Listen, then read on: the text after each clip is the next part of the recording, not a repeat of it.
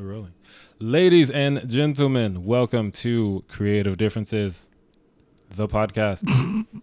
My name is Dallas, and turns out I'm a Bugsy Malone fan. Who? You'll find out. My name's Demi, and I will be taking Gabby's spot today because she was unable to make it. And I'm Colin, and we were doing a thing? Like, nobody told me we were doing a thing, so I don't really have anything to add after that. But you always do a thing. Nah. You don't have one today? Nah, feels like it's played out. What? Oh. I'm sad now. I thought he was going to have more things. I mean, you had more things you didn't use, right? Yeah, I've got a Just list, but... over it. What? Why? Why are we no? He didn't want to do his thing. That's the best. He didn't want to do his thing. He's over his thing. All right, well, I guess I gave him his final one then. Kind of, yeah. That's good. All right, and today we're talking about The Gentleman. The gentleman. The Gentleman and a couple Is of it other man or things. men? Men, plural. Okay. There are gentlemen. Only me and Dallas saw this movie. That's true. You guys need to stop missing these podcasts so that I can go back to being a guest star. You're going to be in it in the Not same a capacity. guest star. Like, You're anyway. always... It's just... You're just you. We're just getting semantics, and it's not Hardcore worth it. recurring character. The Sure. Gentleman. Dallas, No, what'd you think? You're definitely main. You're a regular. Oh, yeah, I loved it. I thought it was dope. I think it's my favorite Guy Ritchie movie. I haven't seen a lot of his older stuff, like the stuff that made people Guy Ritchie fans. I Like, also have haven't not. seen Snatch. I haven't seen Rock and Roller, Lock, Stock, and whatever. But I've seen like King Arthur, Aladdin, all the newer stuff. Yeah. But yeah, this is dope. The cast is great. All the characters are interesting.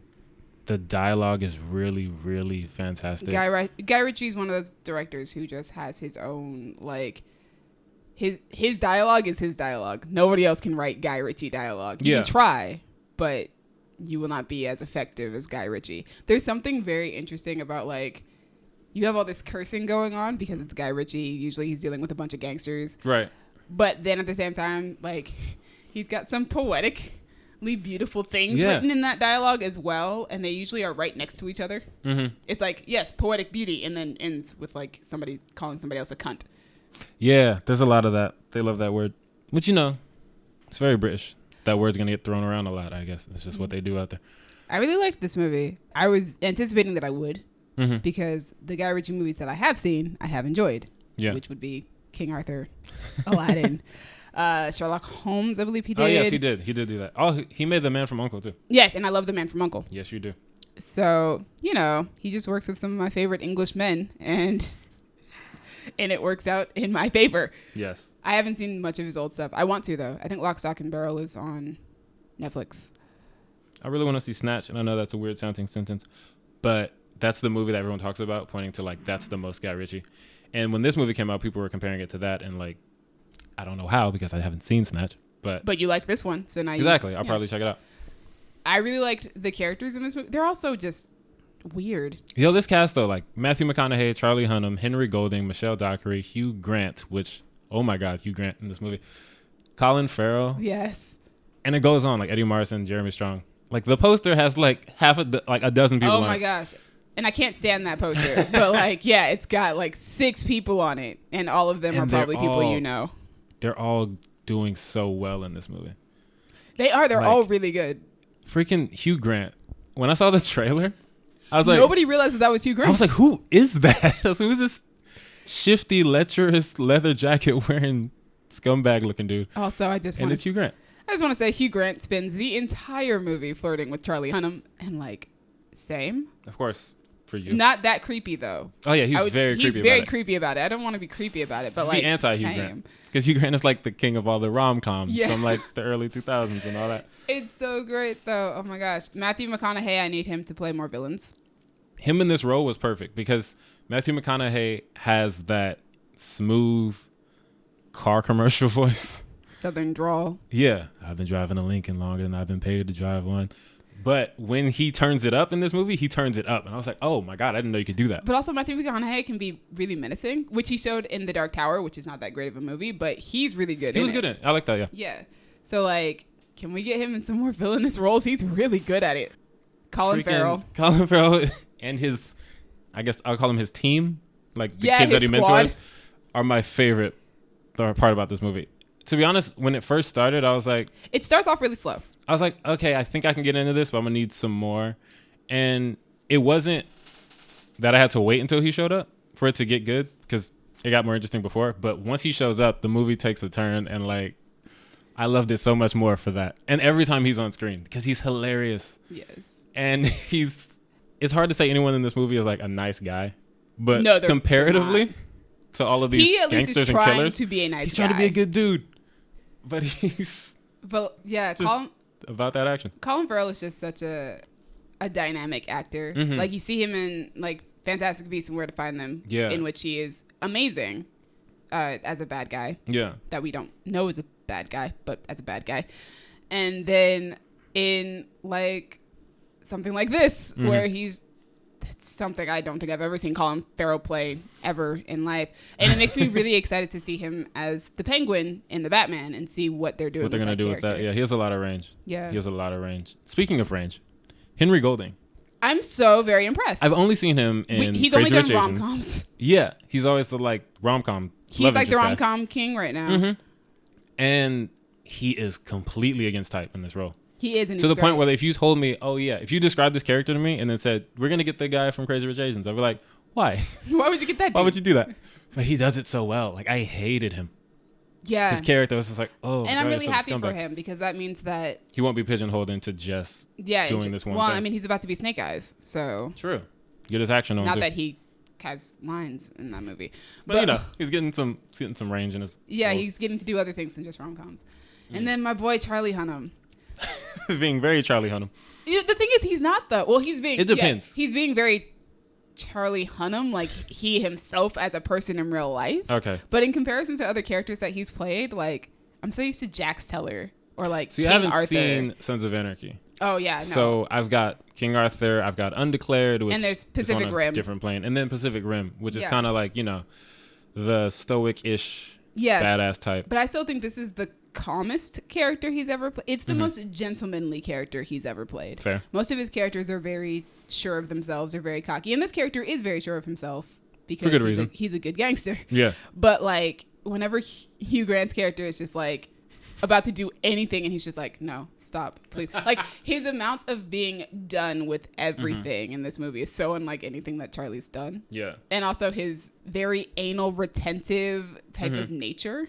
It's very interesting and against his type. It's got a bit of OCD brewing in there. Definitely. When Hugh Grant wants to go inside the house and he's like, make sure you take your shoes off before you walk into my house. Like that was the moment where I was just like, oh, this is very different for you. He almost jumped him for trying to light that cigarette. Yes. Which seems like something that real life Charlie Hunnam would do because Fair. Charlie does not like germs. He's a germaphobe. So, Oh, well, that made it into the movie. but yeah, he's really great in this movie. I'm really glad that he's also getting to branch out, but also that people are starting to realize who Charlie Hunnam is because he's not lesser known, Yeah. but he's kind of in that mid range of like, you might know who he is, but you also might not Yeah. know. A lot of people just call him Jax. Yeah, you know him as Jax Teller, and that's about it. I want him to get his movie career kicked off. He's kicking it. Also, Michelle Dockery, who I've never seen before. I thought she'd be in this movie more. I didn't know what to expect. I don't There's know so many anything people about in her, this but I movie. thought she'd be in it more. But she did really well with what she had. Like, all her screen time, she is, like, she has this really commanding presence. She does. Even as her character is not, like a kingpin herself, but standing up with all of these, like, gangsters, holds her criminals, own. murderers, drug dealers. She's, like, holds her own in every scene, regardless who she's talking to. I And I'm mean, like, yeah, she's been carrying Downton Abbey for years, so like, Oh, is that what she's from? that makes sense. Yeah. I guess. Okay. I don't know anything about that now, I except they don't made a either. movie. I know that Lily James was in it. The TV show or the movie? TV show. Huh. She wasn't in the movie because she's literally become so successful that she didn't have time to be in it. Yeah, that's a way to not be in a movie. Yeah. Yeah, she's really good in this movie. She was great. I think my And I wanna see her more. my one big criticism of this movie is that every like main character of color is just awful. I was talking about that with Kayla, and I was like, I don't particularly like the way all of the Asian characters are depicted, but it's kind of It's like, not just them though. well, I mean, But like the black characters are also supporting characters. yeah, and they're not like, because I think the worst character, I'm gonna give away too much, but like aside from Henry Golding, it's like Hugh Grant's character is a complete scumbag. Oh yeah, no, for So sure. it's like For at least sure. there are no black people acting like him. Yeah.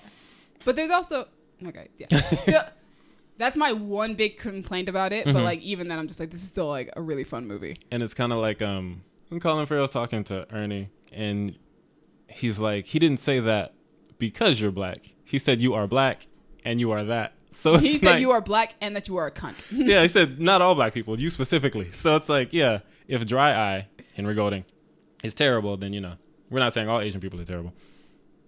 It's not a turn I expected to take. But last thing I want to say about this movie, Bugsy Malone is an English rapper, and he is Ernie Yo, in the movie. That, They made a song in this movie. that track is fire. The track, oh my God, that song slaps. The music video is dope. It works with the movie's narrative. Like, Yes. it's part of the narrative that they make this music video, and it goes so hard. It's just And so they play it in the credits, and it's not anywhere. It's not on Spotify. It's not on YouTube. I'm very upset. But the song is called Bush by Bugsy Malone, and it slaps. It's so And I need it. It's just so funny because it's kind of like Toss a Coin to Your Witcher, where you didn't expect to find the slapper there, but Right. you found it. It's like, I don't know what it is. Oh my God. The English people out here giving English us slappers. English media is out here killing the game. But yeah, it's a great movie to me. I loved it. I also think it's pretty great. I've seen it twice. I actually watched it. Really? Yeah, I came back from watching it like an hour ago. Oh, I kind of want to go see it again, to be honest. It's very good. Next up, next section. Oh yeah, that's all our movies because we didn't see a lot of movies. Only other movie that came out this week, I think, was The Turning. They weren't gonna watch that with me, and I'd rather see The Gentleman. Next section. I never think of a name in advance. That's So, fine. What's cracking, Colin? What's cracking? I got nothing. All right, cool. You have nothing? He's got nothing. You haven't been watching anything? I mean, I have been, but nothing I want to talk about. Well, tell us what you've been watching. You have to talk about it. Nah, No, it's he's- all right. Honestly, don't even bother. I tried for like 15 minutes a couple of nights ago to get him to tell me what show he's been watching, and he gave me a list of reasons why he won't tell me, but nothing about the show. That seems like far more Who energy watches it? We're just sitting there. than So I was like, necessary. I gotta. So yeah, Colin's been watching a mystery show that he won't I divulge. mean, I stopped watching it That's true. You did. yesterday. He stopped watching that show, but Gave up on it finally, but I was trying to. made it through a I good found couple myself in this seasons. weird position because Colin does this thing where he'll watch a show, realize he doesn't like it, and they keep watching it for like 20 more episodes. And I'm like, Colin, you have other things you want to watch. Let it go. Move on. But it might have gotten better, And I'm especially here. when a show involves magic. Anything can happen. So it's like maybe something will happen and it will get better. It didn't, but you know, it could have done. So I just found myself fighting with Colin about the show. I have no idea what it is, but telling him to stop watching it. Dallas, what have you been doing? Oh, yeah. I've been watching a new TV show called Avenue 5. It's on HBO Wait, when does that come out? Sunday nights. Oh, there's a new one, and I There haven't is. seen it yet. It's great. Oh, you We'll saw watch it? I did. Ah, I need to watch it. Avenue 5, created by Armando Iannucci. Who also created Veep, which is an adaptation of The Thick of It, Yes. which is also created by him. Yes, he's created Veep and a bunch of other stuff that I've never heard of. Demi, have you heard of this show? I have not. I think you would like it. Himesh Patel is in it in some capacity. Himesh, I do love him. I don't think he's popped up yet because only 2 episodes in. So people out there listening, it's half an hour. There's only 2 episodes. Catching up would be very easy for you at this point. I mean, yeah, when you hear about my last couple of weeks, you'll understand God. why. Demi watches TV in a way that's very different from me. But yeah, the show stars Hugh Laurie, Josh Gad, Susie Nakamura, Zach Woods, a bunch of other people. And Josh Gad in this show. So to give you some backstory, it's like a cruise ship in space. It's called Avenue 5, and it's like a luxury cruise, like picture a Carnival cruise, but in the future. You it's in know space. what? You've I probably have heard seen of it. this show. Yeah. This show. You've probably seen the trailer. And something happens. Hugh Laurie is the captain, and Josh Gad is the rich guy who owns the ship. And they're trying to deal with the incident. And just the level of incompetence that everyone on the show displays. I have It's seen the hilarious. I trailer don't know that that's fair. Okay, everyone except Billy. Billy is good at her job. Everyone except Billy. And she's good at her job. I don't know I don't know her name, but The Asian lady? captain's- Yes. That's Iris. Oh, okay, yeah, thanks. Like, I feel like it's not that people are incompetent, it's that they just don't want to deal with everyone else. I think it's a bit of column A and a bit of column B. But speaking of incompetent, Josh Gad's character is the best kind of stupid. See, he's my least favorite part of the show. He's so ridiculous. Like, he has lines. It makes you think, is he improvising? Did someone write that? Because it's such nonsense that I'm just like, maybe they just had Josh Gad say something out of nowhere and see how the characters would react and then try to film it. But I could see why he would be someone's least favorite part of the show because he's just unbridled stupidity in a lot of the scenes. And he's rich and he's a bad person. Yeah, there's not too much to go off of because the show's only been on for 2 episodes. But it's hilarious. And it's one of those shows where it's basically a collection of things going wrong, and that can range in severity from someone dying to just being in a very, very uncomfortable situation for who knows how long. See, that's what I was enjoying about Westworld season 1, but that show wasn't about that. So yeah, it does sound like something that I would like. I like watching things go wrong on television, apparently. Yeah, and it's a comedy, so it's not things are gonna go wrong. And it's gonna stress you out, like, oh my god, which character is gonna freaking get eaten Who's by zombies? gonna die? Exactly. It's just things are gonna go wrong. How are these idiots gonna deal with it? But yeah, Avenue 5, HBO, Sunday nights. Check it out if you want, or not. I don't care. To me, what's cracking? So in the past 2 weekends, I have finished 2 seasons of 2 TV series. I watched season 2 of Sex Education, which I love that show. I watched 3 episodes of that. I think I watched 2 or 3. I love that show. I love the way that the show tackles sexual topics because it handles a wide range of them. Yeah. And season 2 just kind of continues to do that. And I think season 2 really broadens the spectrum of the issues that we're dealing with. So, like, one character needs to learn how to douche because he's never had sex with his boyfriend before. And there's a character who gets jizzed on a bus. And it deals with her trauma after dealing with that. Because that is something that would be traumatic. She, like, literally can't get on a bus anymore after that because she is so afraid that she's going to run into that guy. Goodness gracious. Like, masturbated on her. What the hell? It's just such a well-written show. I love the things that it has to deal with. The cast is amazing. I've become a huge fan of Emma Mackey, who most people probably will only know because she looks a lot like Margot Robbie. Oh, Maeve? Yeah. Maeve is like my favorite character. I sense. love Maeve. Maeve, oh my gosh, she's great. She's your type. She is. She fits my type. Yeah, it's a great show. It's on Netflix, which is why it was so easy for me to finish. Makes sense. I'm really happy with the way season 2 is going, except for I'm not a big fan of Maeve and Otis as a couple, but it's fine. They're not together yet, but the show is definitely leaning hard in that direction. My other favorite character on the show is Jackson, though. Which one is Jackson? Jackson is the black jock. Okay. He's a swimmer. He has a really good storyline this season, too, that does not have to do with sex. Nice. Keeping it fresh. Yeah, but yeah. They all go through, like, normal teenage drama, too. It's not just sex, you know. Right. Yeah. But yeah, it's a really good show. It is pretty graphic. Yes. For those who might be interested. It is called Sex Education, which was the reason I didn't watch it the first time it first came out. But then after a few months, I was like, I'm hearing a lot about this. I have nothing to do today. I'll just watch this show. And then I fell in love with it. And then the second show that I've watched is just finished the 3rd season of Chilling Adventures of Sabrina. Oh. Also a good show. It's amusing. I didn't know there was 3 seasons already. Yes, there are 3. Oh, the teenage angst and people selling their souls to the devil and having to run hell. And yeah, there's a lot happening here, which you understand if you watch like all the seasons. I grew up watching Sabrina the Teenage Witch with Melissa Joan Hart. So obviously I was going to watch the Chilling Adventures of Sabrina. Also at the time when it started, I was watching Riverdale. So I was it's like a spinoff? Yeah, it's a spinoff. They did actually reference Riverdale this season and a couple of characters. Well, one of the characters' families on this season, but we haven't gotten any interaction between the two. Which is interesting because Riverdale is CW, yeah? Yes. And this is Netflix? Yeah, Sabrina was supposed to be on CW. And then they switched up and put it to Netflix. And now they can do whatever they want. Yes. Because Netflix is a lawless land. Actually, yeah, there were some things that happened this season. I was like, oh, I did not know I was going to see a character doing some sort of BDSM type thing to punish himself. Like, that's not what I thought I was going to see this season. But Netflix be wildin'. This show be wildin' for no reason. You don't have to. It's okay. I like this show. It's funny because I think Sabrina's my least favorite character on the show. Because there are other characters that are far more interesting and have far more interesting storylines. Like her aunt, for instance. Or there's a character named Prudence. And Prudence is literally the best character on this show. And has had, Prudence Knight. She has had the best character development in 3 seasons already. Because she started off as like the witch bully. And now she's just awesome. She also now carries swords around, and it's what we deserve. Like, she carries swords around? Black girl magic, bro. She carries swords around.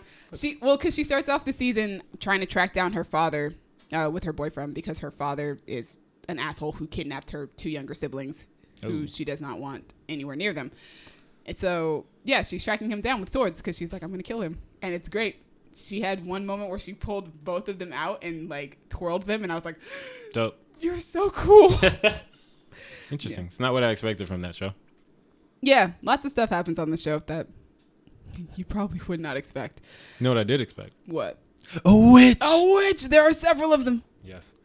I was wondering if we were going to get that. Of course, we have to. Sometime today. Didn't occur to me that Sabrina would be the perfect thing. You're doing well for that. We are.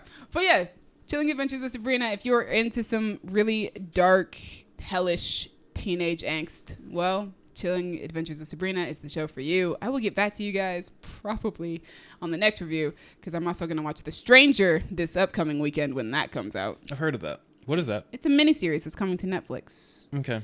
And it's English, and Richard Armitage is in it, and Hannah John Kamen, and Anthony Stewart Head. Wait, I just saw that trailer. Yes. Oh, okay, yeah, it looks like a lot. She's going around ruining people's lives. Yeah. I was like, cool. I want to see how that works out for you. You do like villains. I don't like villains. Listen, I don't know if she's a villain. Okay, that's fair. We haven't seen the show yet, but I don't know. You do like villains. She might be saving people's lives by telling them other people's secrets. That sentence sounds silly to me. Doesn't it sound silly to you? It does, but in the trailer, she's telling a man that he only stayed with his wife because she told him that he was pregnant. Yeah, I remember that. That was wild. Yeah, but it turns out that the wife was never actually pregnant. I feel like that's a secret he should probably know. He deserves to know. That's fair. Like, and if she's never going to tell him. Someone got to tell him. Somebody got to tell him. Someone got to tell him. We don't know how many other secrets she might have. I'll tell you more about that in a couple of weeks. Oh, boy. So that's what's been cracking with us, except Colin, because nothing's cracking with him that he wants to share with you. No. Colin will not crack himself open for the audience. News! Number 1. I don't remember what number 1 is. Well, I have it right here. Bambi is next for the Disney live-action treatment, and Robert Zemeckis is directing live-action Pinocchio, apparently. There was a lot of Disney live-action things this week, because we also got the Mulan posters. Oh, yeah, with the characters. The character posters. Yes, Bambi. Why? To me. Don't act like you don't know the answer to that. No, but why? No, don't act like you don't know the answer to that. We could have had You know Hercules. the answer to we that. We could have had Hercules or okay. Snow White. Why Bambi first? Okay, but Disney wants to be able to jack themselves off over look how great our technology is, and this is a way to do that. Okay, they can do that with Hercules or Snow White. Yeah, but nobody cares about Hercules. I love that movie, but nobody cares about Hercules. They're making Bambi.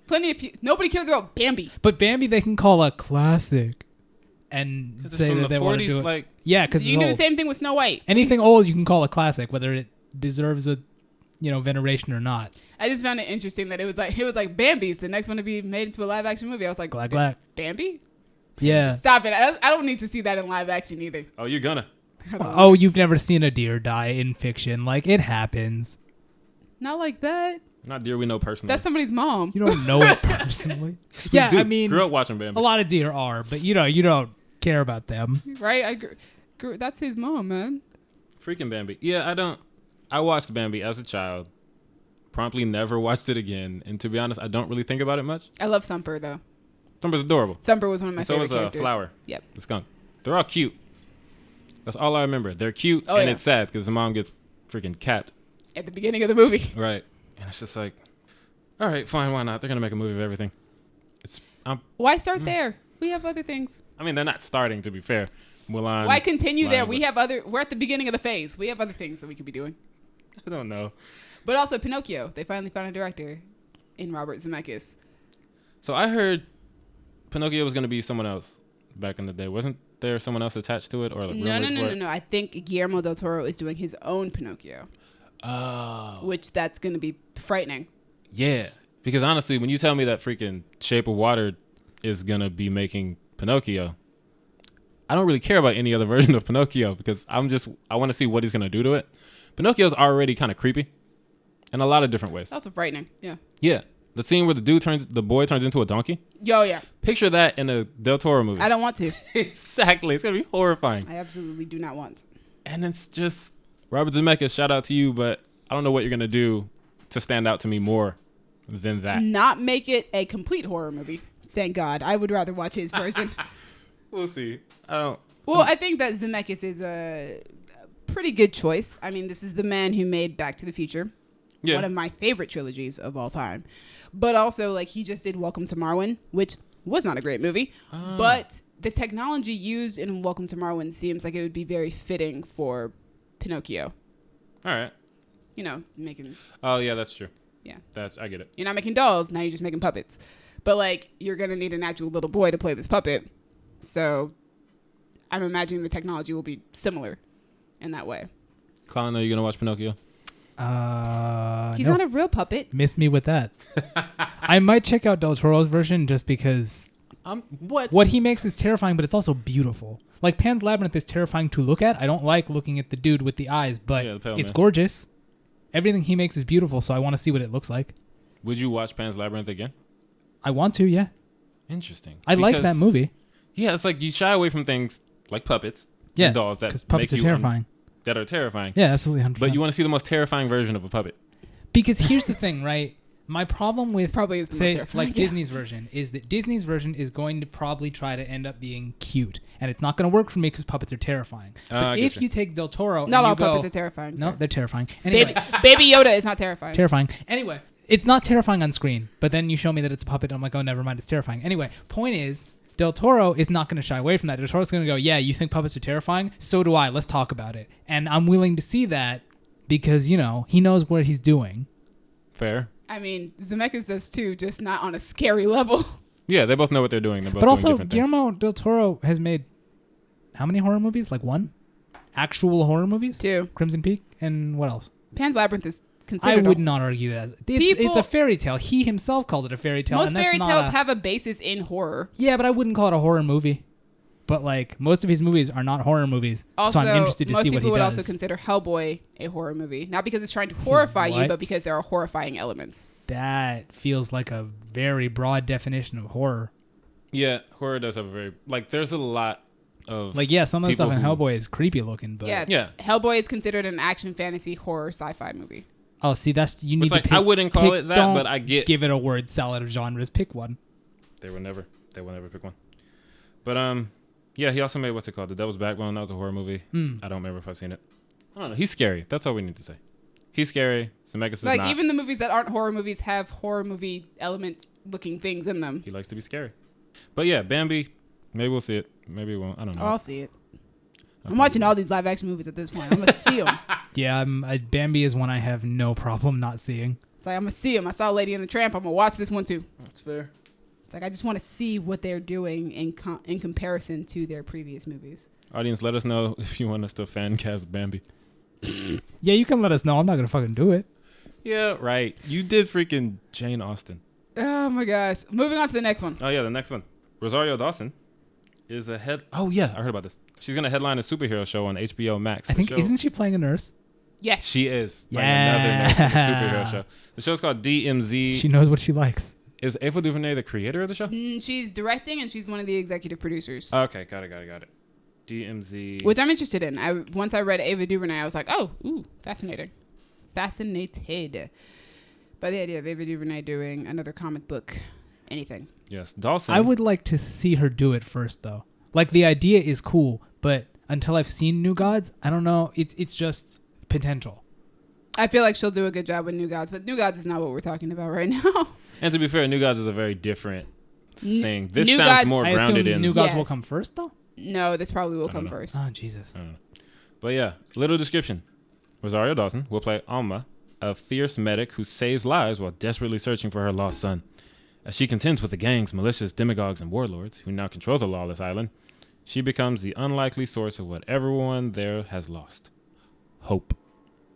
What? Hope, Colin. Rebellion's a built This sounds like Hope. a TV show version of Hotel Artemis, which I'm not opposed to. Hotel Artemis had a really good premise, and it just didn't carry it out the way I might have liked. But, you know. Well, this is based on a comic from Valiant Comics, I believe? I Or Vertigo. Yeah, it's from Vertigo. Sorry, I knew it was a V. Which I think is DC. Yes. Yes. Well, which is why it's probably on HBO Max, because HBO sense. is owned by Time Warner. Yes, they own a lot of stuff. They do own a lot. I'll watch it. I like superhero stuff or comic book stuff, whatever this is categorized as. I like Rosario Dawson. I think I would like Ava DuVernay. I didn't watch A Wrinkle in Time. I kept myself from watching When They See Us for emotional health reasons. I'm assuming you've never seen 13th. No. If you're avoiding When They See Us, you might as well not see 13th. They're very similar. Yeah. No one's a documentary, though. They were both on my Netflix list at the same time. And then I was like... That'd be a bit probably don't want to do that to myself. And then I'm assuming you've never seen Selma. No. Haven't seen that one. I've seen all of Probably should, given that I've seen everything else. Yeah. I haven't seen her TV series, though. But I am a fan of Queen Ava Sugar? DuVernay. Yes. Is that hers? Queen Sugar. I have not watched that yet. But I'm a fan of just about everything that I've seen Ava DuVernay do. I'm not even into documentaries, but I love 13. There's one thing I do like about her is I feel like she chooses projects for a reason. And I feel like her body of work is so small because she chooses everything for a very specific reason, and she has very specific things she wants to talk about. Yes. In a way that I feel like there are a lot of directors, like, I can point to like Spielberg, like, yeah, he's great. Sometimes I feel like Spielberg just does something because it might be fun, and that's fine. You can totally do that, and there is a valid reason for doing art. Ava DuVernay, it feels like she doesn't take a project on unless she has a very clear idea of like, what is the message here? What do I want to say with this? What can I explore with it? And I think she does that really well. Yeah, and also she was originally the one who was supposed to direct Black Panther, and she turned it down, which is how we ended up with Ryan Coogler. I am not upset because the version we got is incredible. It's incredible. But I would like to take a trip to the alternate universe where she did it. Just to see what she would have done with it. Yeah. Yeah. So that's why I'm interested in seeing what she does with New Gods, because New Gods is something that is unlike anything else that she's ever done. And I think this also sounds like something... Well, no. I feel like this is something that could fit into her wheelhouse, depending on how they go about it. New Gods is so cosmic and out there. What, is this but this is so grounded. Super heroic at all? Do people have powers? I don't know. And it's based off of a... Well, it says it's a superhero based off of a comic, but that doesn't mean anything. Yeah, we don't know if it's actually a superhero comic book. It might just be it might just be a comic book. Huh. I don't know. I don't know much about this comic series. Yeah, because Vertigo is like DC's More other... grown It's stuff. like DC's side chick. So they make the stuff like The Kitchen. Yes. That was a comic book movie. And that's just Tiffany Haddish. Yeah, and it might just two white be women a comic book being movie. criminals. Who knows? Who knows? Ava DuVernay probably knows. She does. Well, I'd hope so. We'll see. Last thing on this list is basically just for me to talk about. Yes, it is. Do you want to introduce it? Yeah, the Obi-Wan Kenobi Disney Plus series has halted, I guess, production in general. They haven't even started filming, but like halted production. So what did they stop doing if they weren't filming? I think They were they're in pre-production, rewriting so they're the rewriting. scripts. Yeah. So they're Was the not doing that issue? right now? Like they stopped all that? Well, I think they're rewriting the scripts, but it No, sounds they like stopped to rewrite. Yeah, nothing Okay, else is okay. happening. Got Yeah. it. Because they were supposed to get started to film, I think this year, and it sounds like they pushed it back to film January. Like on the one hand, I'm fine with this because if it means that you're going to improve the show, by all means, please improve the show. Like, but on the other hand, like Lucasfilms is definitely developing a reputation of consistently having production issues. But at the same time, I'm like, is that something that just happens and we just never knew about it? Because This is an interesting thing to me because I feel like I'm looking at it from two different angles. Because I feel like when a movie gets delayed or a TV show gets delayed, it's 9 times out of 10, it's considered a bad thing. Yes. Then I come at it from the other side of things, where if a video game gets delayed, 9 times out of 10, it is a good thing. Everybody wants games to get delayed because I can't remember the Miyamoto quote, but it's something like, you know, a delayed game will eventually come out.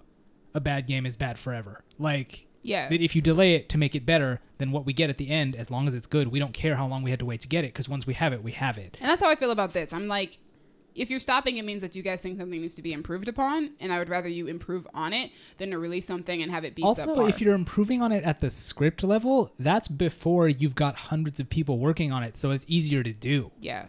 Like, there's been a lot of reports, a lot of rumors about why they've stopped or whatever, and like, Ewan McGregor, aka the star of the show, because he is Obi-Wan Kenobi, he said at the Birds of Prey premiere that most of the rumors and stuff that are coming out are BS. His words were, we just pushed the shoot to the beginning of next year. The scripts are really good. I saw 90% of the writing and I really liked it. All this bullshit about creative differences and all that stuff is not... None of it is true. We just pushed back the dates they want. Last episode, episode 9 came out. Everyone had more time to read the stuff that had been written and they felt that they wanted to do more work on it, so they slid the shoot. It's not nearly as dramatic as it sounds online. Well, all right. So... I'm hoping he's telling us the truth. I think they said that they took the writer off of the show though. But maybe that's also a rumor, and maybe what he says is true. Maybe they're just like, no, we're just doing rewrites. I don't understand why they won't just say something. This is the kind of thing where it's like, once you've got the rumors flying, you could prepare a one-sentence statement that just says, hey, we want to work on the script more. That's it. That's all we're saying. But at least you've said something. I don't know. I don't know what to make of it. I don't know if it's just because of the culture that we now live in, where we know everything that's going on behind the scenes of every TV Except show. Except that we don't. Movie. That's the thing. Well, we do and we don't. We have rumors, and they might as well lend credence or disband them. Like part of me kind of wishes that we were still in the age of not knowing at all. Just, hey, look, guys, this movie's happening. Oh, great. When does it come out? Let's watch it. Like, instead of knowing we don't know every detail. We know enough to start rumors that are baseless. That's the problem. Is I think it's kind of on both sides. Is that on the one hand, we need to calm down, but on the other hand, if they would say something at all, that would help. Like I'm thinking about a game that was supposed to come out in May, got delayed to September, and it's a game that everybody and their mother is looking forward to. And it got delayed, and they announced it with like a 3-paragraph thing that basically just said like, hey, the game is done, we can play it, but we want it to be better. This is supposed to be our crowning achievement. People expect a lot from us, so we're pushing it back to September. Kind of like Kingdom Hearts 3 was delayed forever. Yeah, that one may have actually had problems. I don't know. May have had production problems. I'm guessing that's why it got delayed so much. But reviews for that game were 9 out of 10. It's interesting, though, because I think sentiment has kind of turned on it in recent months. Like, people have sat with it and gone, you know what? Maybe it's not as great as we thought it was. But anyway, it doesn't matter. Point is, the show got delayed. I'm a little sad about it because it means it may not. I don't know. I think they said that it's still going to have the same release date. What's the release date? I don't remember. Sometime like next year, I think. Well, I feel like it'd have to be end of the year. If they're not starting shooting till January. Yeah, I don't know. But how long is editing and sound and all of that going to take? Depends and on effects work? Depends on how long you want to push it. I mean, they might as well push it because who cares? We'll get it eventually, and if it's better for it. Yeah. Point is, it's coming. It's still coming. They didn't cancel it.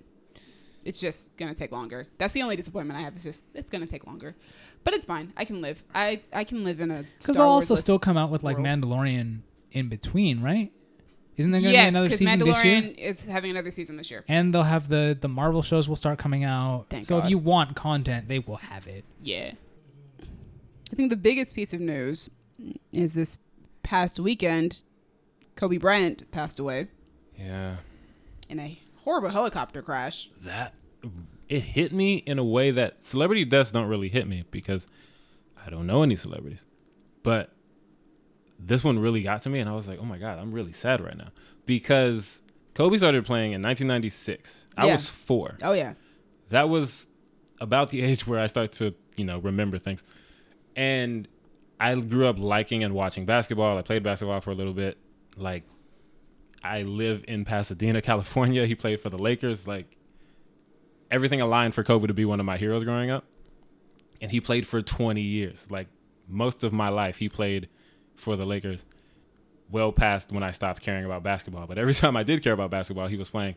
I was just like, oh my God, this is really hard. Yeah, I was at work. Yeah. And somebody came over and was like, yo, did you guys hear that Kobe died? That's crazy. And we were like, shut up, you're playing. Right. Like, no, he's not. I was like, the dude is super young. Like, what did he die of? Right. And so we started looking it up on the internet, and we were like, what? Like, but there weren't really, when we found out, it was like 11 o'clock in the morning, 11:30. Mm-hmm. So there wasn't like a lot of news sources just yet. Yeah, when, honestly, you messaging us was the first thing I heard about it. Because I was like writing a movie review or something. And then I saw your messages, and I was like, what? So I stopped, Googled Kobe Bryant, and I'm seeing things. I'm seeing one thing. I'm just seeing TMZ. Exactly, that's that what says, I saw. Kobe Bryant dies in a helicopter crash. And I was like, all right, I'm seeing one news source, TMZ. And I'm like, let me just wait. And then it just kept coming in. And like all the news sources were just rushing to get information out. And they were giving wrong information. And they were like, well, there were 5 people. All of his daughters are there. One of his daughters are there. So I was like, I don't know what's going on. And then just over the course of the day, it just got more concrete and sadder. It was weird for me because I haven't been a fan of Kobe since like middle school, probably. Yeah. Because, we grew up in LA. And like, I kind of liked basketball as a kid. Like for me, when I think of basketball as growing up, I think of Michael Jordan's playing with the Bulls and like, oh, it's a Lakers game, Kobe and Shaq, bro. Like that's what's up. Like I grew up in that time. So the Lakers to me were Kobe and Shaq. Yeah. That was like the dream team for me. That makes sense. That iteration of the Lakers team. Yeah. But I stopped being a fan when I got to like middle school. Stopped really caring about basketball at all. I feel so LA right now because even if you're not a sports fan, like Kobe Bryant is a big piece of He's a huge LA. part of this city. He has been for a couple of decades now. It's weird. Most of my life I've known who Kobe Bryant is. Mm-hmm. As you said, most of my memory is that Kobe Bryant has existed. Exactly. He's been famous since we were 4 years old. Yeah, I'm sure that I've had Kobe Bryant jerseys before too. Oh, I definitely have. You know. I used to have posters on my wall. So like, yeah, it's weird. It's just crazy. Especially because I grew up in a house where my brother wanted to be a basketball player for most of his life. So like, yeah, my dad was a basketball coach for me and like the high school I went to, everything. It was just wild. It's still really wild. Yeah, and it's the level of effect it has wasn't surprising, but it was still, you go on Twitter, you go on Facebook, you go on Instagram, everything is Kobe. Like you can't not see it. Yeah. And then you just see all the different celebrities are reacting to it. Like players are playing basketball games and right after they got the news and you just see like teams doing tributes, players crying on the bench. I'm just like, this is really messed up.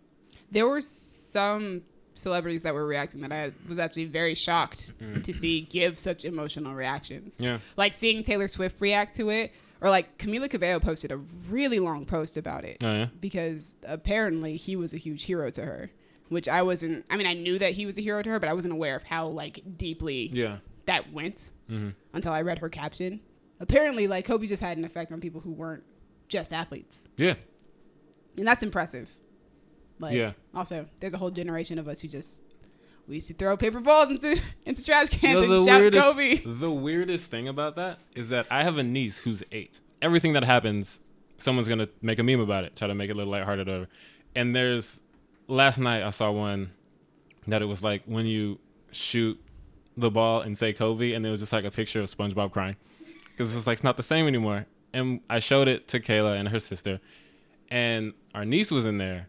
And we were explaining it to her, and she was like, well, you know, when you shoot the ball and say Kobe, and our niece says, the kids at my school say LeBron. Whoa. And I was like, what? But it makes sense. Yeah, She's that's their 8. generation. Kobe retired 4 years ago. They're watching LeBron now. But I was just like, yeah, and her mom was like, oh, well, we used to say Kobe. And I was like, oh, my God. These things are generational, and they keep doing it, but in a different way. I was like, they say LeBron at your school, and it's just it doesn't even ring off the like LeBron. Like LeBron's great, but it's not the same. You started saying the story, and I was like, oh my gosh, it's gonna lead to somebody saying LeBron, and that doesn't sound right. It doesn't sound the same. And of course, all respect to LeBron as a player, everything he does. He's this generation's greatest of all time. Oh my God, it's crazy. All that to say, yes, is that this has had a deep impact because we're not just an LA-based podcast. Mm-hmm. All of us. We all grew up around here. Grew up in LA. So Gabby's reaction, kind of wish Gabby was here to give her reaction to it. Yeah. But yeah, all that to say, rest in peace, Kobe. Rest in peace, Kobe. And everyone else. Yeah, all the 9 people in the that other helicopter. 8 people who were in that helicopter. But that's it for today, guys. Thank you guys for joining us. Yes, ladies and gentlemen. Thank you for listening, as always. Let us know what you thought about The Gentleman, Puppets, Bambi. Anything we talked about, just let us know. Let us know what you like. As always, thank you to Crown Digital, Brandon, and Io for putting us on Spotify and Apple Podcasts. Thank you to Demi for editing, putting us on YouTube, taking Gabby's spot, even though you for some reason think you're a guest and you just are part of the team. Thank you to always appealing to our Star Wars audience, because Colin and I are not going to do that. Thank you, Colin, for actually waking yourself up when we got to the news section, because I wasn't sure you were going to say anything today. And I'm glad you did. Like, share, subscribe, rate, 5 stars, 4 stars. Nothing lower than that. You can find us on Twitter as a team, as a unit, as a clan. At y'all_different. You can find us on Facebook by searching for us, Creative Differences. You can find us on Tumblr at Creative Differences Podcast. You can find me personally on Twitter and Instagram at a king named Simba.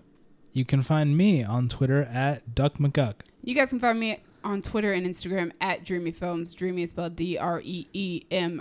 Thank you again for joining us. And you can find Gabby on Twitter at Gimme Dem Thighs. I was Yep, that's right. That's exactly what her Twitter is. If you guys don't understand the reference, please listen to our last review. Yes, it's the one with thighs in the title. You'll enjoy it.